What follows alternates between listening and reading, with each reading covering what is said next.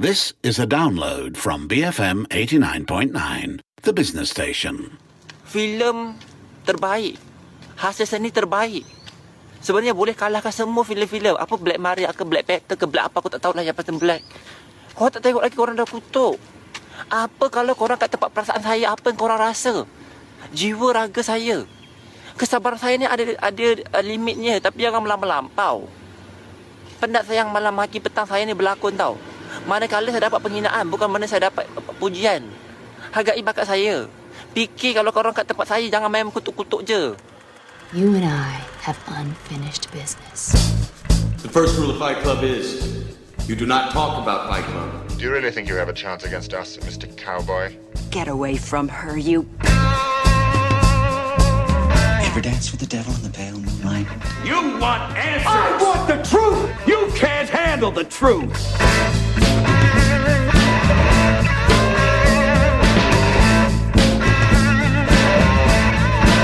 At the movies on BFM 89.9. All right, that was Datuk Sri Alif Syukri, the main star of Badang, the brand new Malay superhero movie, asking us to respect his talent. Because this is a movie that is as good, if not better, than Marvel's Black Panther. I can't think of any version of Black Panther that would be worse than this. Any version, not even the Wesley Snipes version. Any version. On paper. I'd go to the cinema and pay 15 ringgit to read the script on screen, then watch this again. I'm Umapagan and Bahiry alongside Bahiry Yeusuff, and today we're reviewing Badang. Badang is the brand new film by Professor Madya A. Razak Mohidin. This is his 31st movie. He is the Dean of the Film School over at UiTM. The movie is also produced by Fita Studios and UiTM Holdings, and it stars Datuk Sri Alif Syukri of The Herbs fame, the millionaire cosmetic dude. Sure, why not? In the title role as Badang, the superhero in question. It also has Fasha Sanda and Fauzi Nawawi in the movie. I'm going to read to you. Please. The IMDb descriptor of this film, because obviously when you put a film on IMDb, you write down you write the descriptor, right? Yeah. I'm not correcting it for grammar. Okay. All right. Oh, this will be better. A male student is often bullied by friends because of his gentle nature, but actually has extraordinary power. His mother died due to being hit by criminals who come to ask money for protection. With his extraordinary power, the young man was looking for a mastermind in charge of his mother's death. That is pretty much what happens in the movie. It is exactly what is said on the tin. Yeah. There are children who have barely mastered the ability to speak who can tell a better story than this. There are monkeys on typewriters Yes. in rooms somewhere who are writing better scripts. You don't need a lot of monkeys, just one or two. Just one or two, right? Would have a better storyline than this. We walked into the cinema. We went to buy tickets. And I said, yes, I would like 2 tickets for Badang, please. And the guy behind the counter goes, Badang. All of the people next to him start laughing, and he just looks at them and goes, Kenapa gelak? And then everyone proceeds to continue laughing. Yes.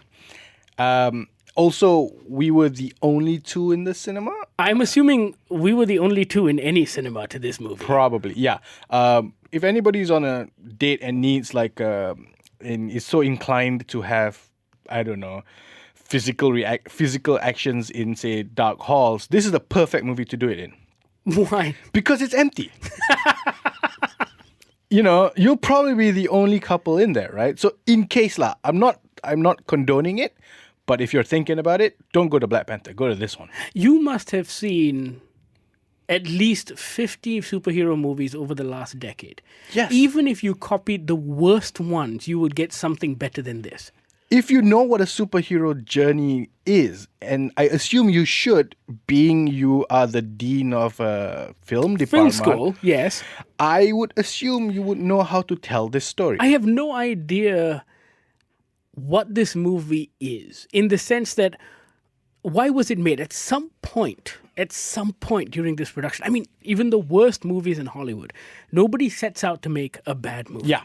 Everyone has the best of intentions. Yeah, but here's the thing though, right? Like, compare this to something like The Room. The problem is, The Room has heart. As bad as a film, as bad as a script, as bad as delivery as that was, he was trying his darndest to make the bestest movie he could. And there was That he heart. possibly knew how. Is that he possibly knew how. And Tommy Wiseau, had like, I think he did like a 3-month film study course, something or other, right? So he's complete basic. This is the best he could do with the abilities that he had. Script was terrible, acting was terrible, camera work was bleh. But there was heart. There was a story he wanted to tell, as bad as that story was.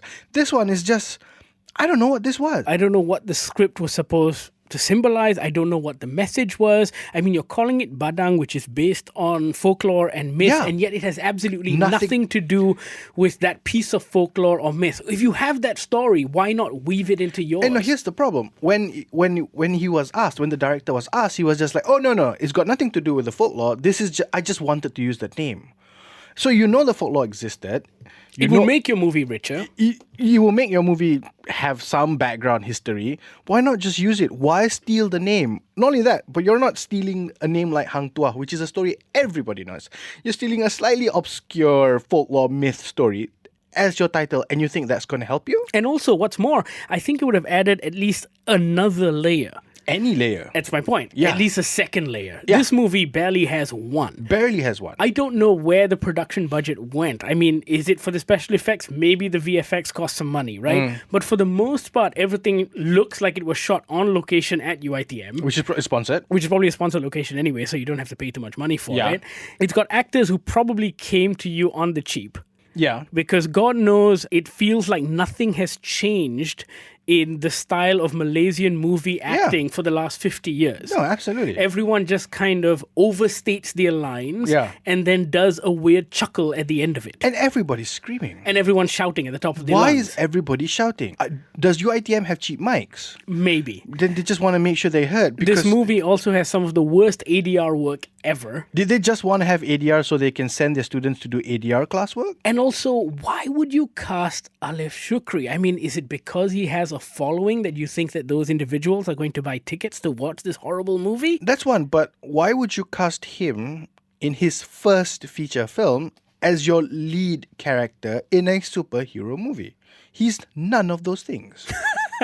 You know what I mean? Like, and based on his little rant earlier. Based on his little rant, he's not helping his case. No, he's not helping his case. I mean, sure, you may have worked hard at the film, but it's not elementary school. You don't get an award just for showing up. You should return that award if you do, because this is not showing up. And that's my problem, right?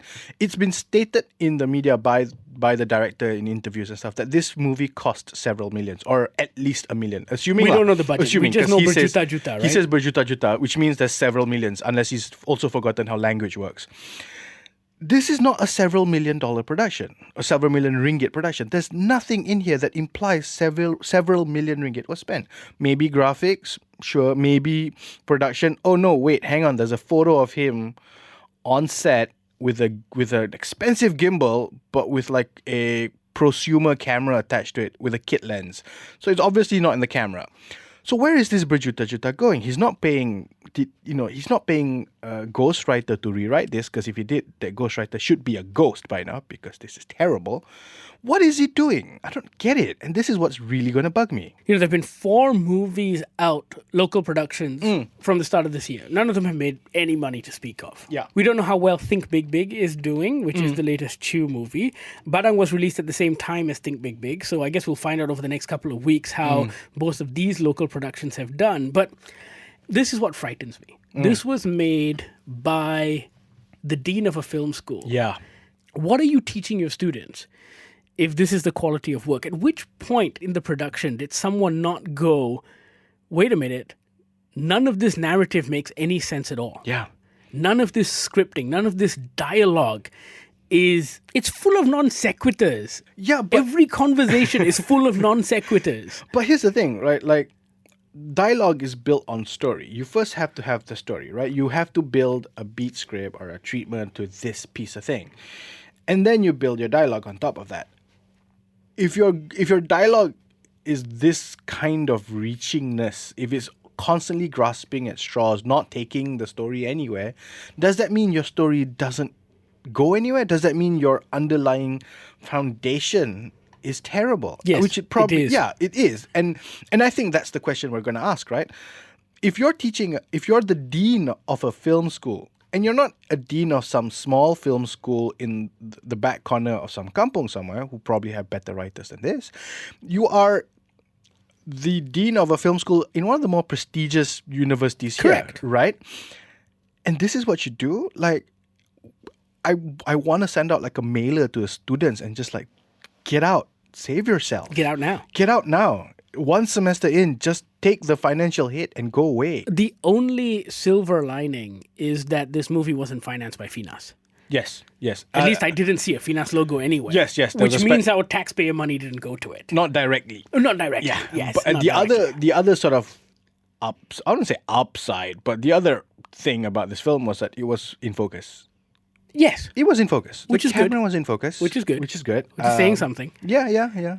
Everything else was flat, though. Everything else was terrible, but the camera was Absolutely in flat. focus. Yeah. There was maybe one decent moment because his suit is green That was a good sort of and he's insider on a thing. TV show which is being shot on green screen, so he comes across as being somewhat invisible on the show, which is a joke that was funny in the 90s. But Yeah. we're grasping. Yeah. There was a half decent cool fight sequence, one shot fight shot Oh, towards the end, towards the end. everything was in kind of slow-mo. Slow-mo. No, you don't. No, dude. Why did you make me go watch this movie? I'm sorry, I think we had to. I mean, we should give equal time to Black Panther and the movie that's supposedly as good as Black Panther. That's true. I think Alif Syukri has a bright future, though. Not in acting. Not in acting. Oh, I was gonna say Dr. Alif's best friend in the film, who's his classmate, is probably 45. Yeah, the casting decisions in this movie are also all over the place. There is nothing redemptive about this film at all. Except maybe Douglas Lim. Douglas Lim is in it. Yeah. For about 3 minutes. He's got one scene. Douglas, if you're listening, I hope they paid you some money for that. I will not tell you to go watch this film. No. Not that you'll have a chance. Well, okay, so I think the other thing as well is that we try not to tell people to not watch a movie, but we're not going to tell you to go watch this movie. That's right. Yes, That's right. That's what we'll do. No, this is Yeah.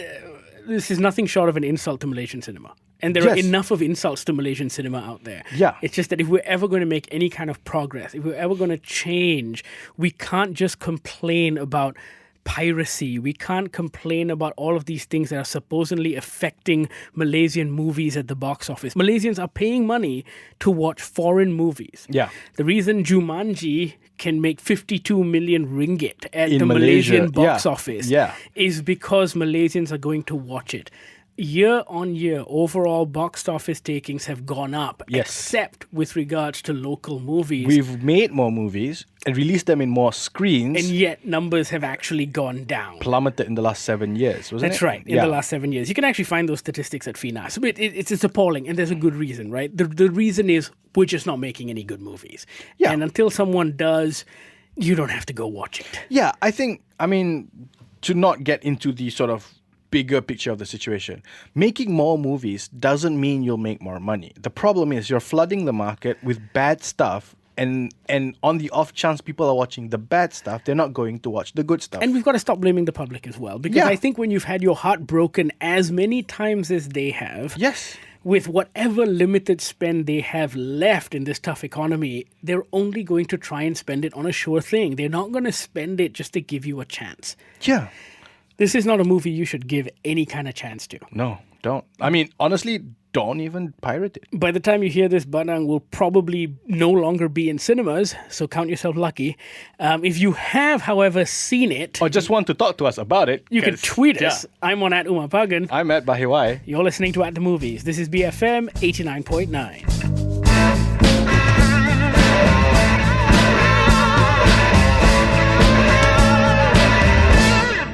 Thank you for listening to this podcast.